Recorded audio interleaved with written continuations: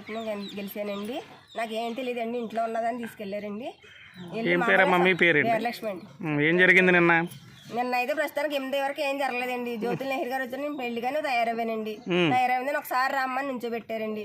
నుంచోబెట్టి ఒకసారి కండువ గొప్ప ఏమీ కాదనేసి జ్యోతుల నెహ్రూ గారు పక్కన కూర్చోబెట్టారు. అంతవరకు తెలుసండి. మ్యాటర్ ఏం తెలియదండి. అంతే అండి. అంటే మీరు జాయిన్ అవుతా అన్నారు టీడీపీ పార్టీలో? అసలు వాళ్ళతో మాట్లాడలేదండి. ఇప్పుడు వచ్చి ఎవరు తీసుకెళ్లారు మిమ్మల్ని? మంగరాశీని గారు తీసుకెళ్లారండి. తీసుకెళ్లి మామూలుగా నెహ్రూ గారు పక్కన కూర్చోబెట్టారా? అంతే తెలుసండి. నాకు అంతకుమించి మ్యాటర్ ఏం తెలియదండి. మీరేమి ఇష్టపడి వెళ్ళలేదు పార్టీలో? కండువా కప్పమని మీరేం అడగలేదు? నేనేం అడగలేదు. పార్టీలోకి వస్తున్నాను నన్ను కలుపుకోండి కూడా వాళ్ళు ఎప్పుడు ప్రపోజ్ చేయలేదండి. అంతే అండి. వాళ్ళ కాళ్ళ బలవంతంగా వేసారమ్మా? బలవంతంగా తీసుకెళ్ళి వేసారండి కండువ. అంతే అండి. అలా ఇంటి పేరు ఏంటమ్మా మీది? ఇవన్నీ చెప్పండి అమ్మా, ఇంటి పేరు చెప్పాలి. చెక్కడాల వీరలక్ష్మి. చెక్కడాల వీరలక్ష్మి, 8వ నెంబర్ వార్డు మెంబర్ గారు. ఓకే.